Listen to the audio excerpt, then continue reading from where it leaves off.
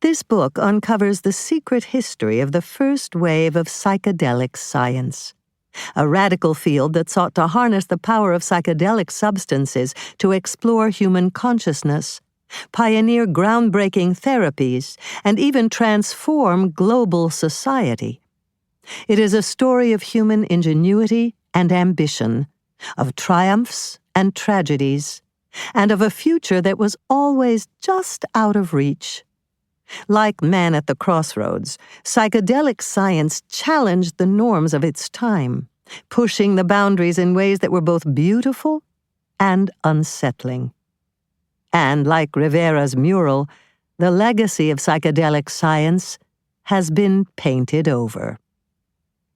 There were good reasons for this mass forgetting: abuses of medical ethics, devil's bargains with militarism, and disillusionment with utopian promises.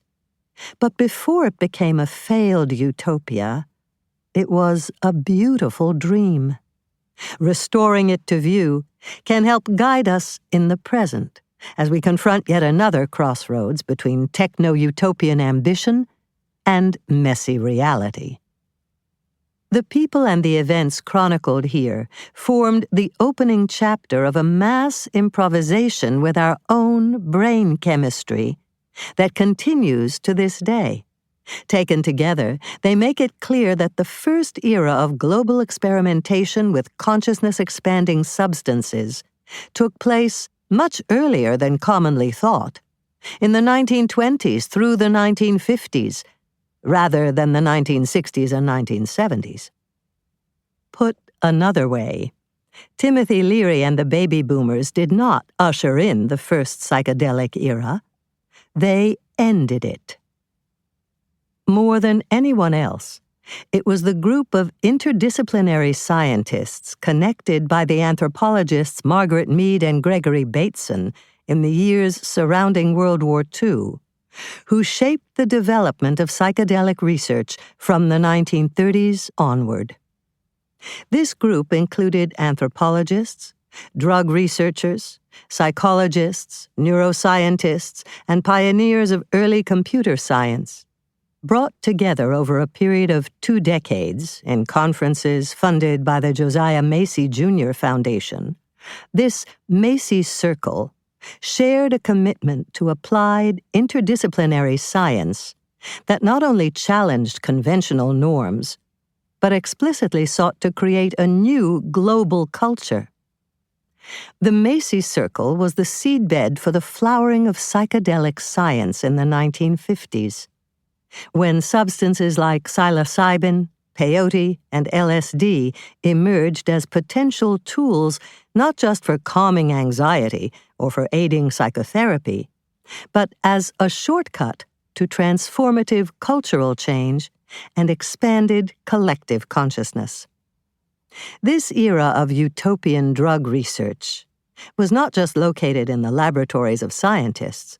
It was a mass movement involving thousands of people in ways both hugely positive and enormously destructive. A Los Angeles housewife who took LSD on television in 1957 and turned to look into the eyes of an older male scientist, saying simply, "I feel sorry for you." A young man from Harlem who became an unwitting guinea pig in the CIA's illicit testing of psychedelics at a government facility in Kentucky. The NASA-funded attempt to teach dolphins how to speak that fell apart after the lead scientist began injecting both himself and the dolphins with large doses of LSD. Other psychedelic users in the 1950s included 12 men and women who volunteered to sample LSD in Baghdad, Iraq, 30 medical students in Budapest who spent the summer before the 1956 Hungarian Revolution injecting one another with a newly discovered psychedelic known as DMT, the Hollywood icon Cary Grant, and the writer Anais Nin, and a young Juilliard-trained opera singer and refugee from Nazi Germany who spent part of her LSD trip being interviewed by Margaret Mead regarding the possibility that psychedelics could unlock psychic abilities. Taken together, these stories cast a vibrant, surreal, and at times troubling new light, not just on the history of psychedelic science, but on the 20th century itself.